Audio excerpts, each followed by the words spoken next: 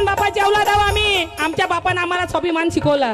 कारण आम्ही स्वाभिमान बाबासाहेबाचं जेव्हा मिलिंद कॉलेजचं काम चालू होतं औरंगाबादला, भारताचा सुप्रसिद्ध नेता दिलीप कुमार बाबासाहेब जिथं नागपूरला श्याम हॉटेलमध्ये थांबलेले होते, त्याच्या खाली दिलीप कुमार थांबले होते. दिलीप कुमारला माहित झालं की बाबा साहब का बहुत अच्छा काम है, बाबा साहब यहाँ पे रुके है. दिलीप कुमार बाबासाहेबापाशी गेले. दिलीप साहेब, तुमच्या मिलिंद कॉलेजसाठी माझ्या इकडून काही मदत लागत असेल तर आम्हाला तुम्हाला मदत द्यायची आहे. बाबासाहेब बोलले, अरे चरित्रहीन लोक तुम्ही फिल्म सिटीचे, तुम्ही शरीर दाखवू दाखवू नाचणारे, त्याचे पैसे कमावलेले हा मर्द घेणार आहे का रे? जा फेक तू हे पैसे. नाही, पठ्ठे बापूराव जो बाया तमाशा करत होता, पेटी भरून बाबासाहेबापाशी घेऊन आला. पेटी भरून बोलले, बाबासाहेब हे पेटी तुमच्या मिलिंद कॉलेजसाठी मदत माझी इकून आहे, तुम्ही ठेवा.